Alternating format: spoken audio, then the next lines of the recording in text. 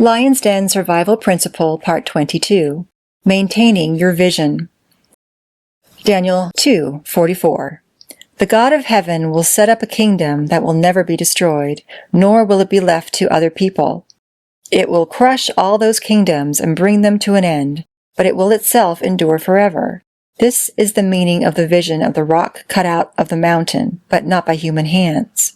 A rock that broke the iron, the bronze, the clay, the silver, and the gold to pieces.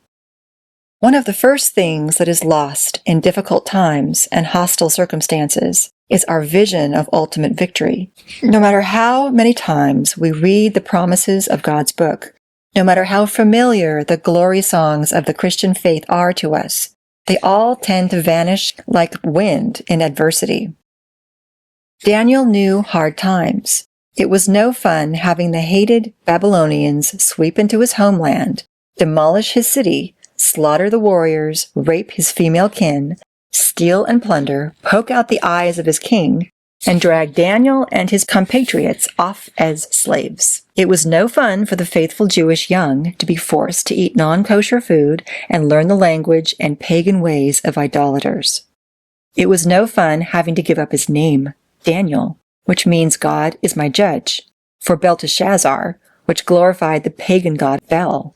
Through the king's dream, Daniel received a victory vision of the future that not only drove Nebuchadnezzar to his knees, but also provided perspective to Daniel for the rest of his life. It was the vision of an unshakable kingdom that God was bringing to earth, one that would shatter all other kingdoms and last forever. Survival principle. The more oppressive the circumstances, the more crucial it is to maintain a vision of the ultimate victory. Alexander the Great, Genghis Khan, Napoleon, Chairman Mao, Adolf Hitler, and Donald Trump were driven to success by visions of ultimate glory and victory. Christians are to be driven to survival and success by the promise of a perfect, invincible world order of Christ, the kingdom of Christ. Survival principle. Life is threatening only for citizens of shaky kingdoms with insecure kings.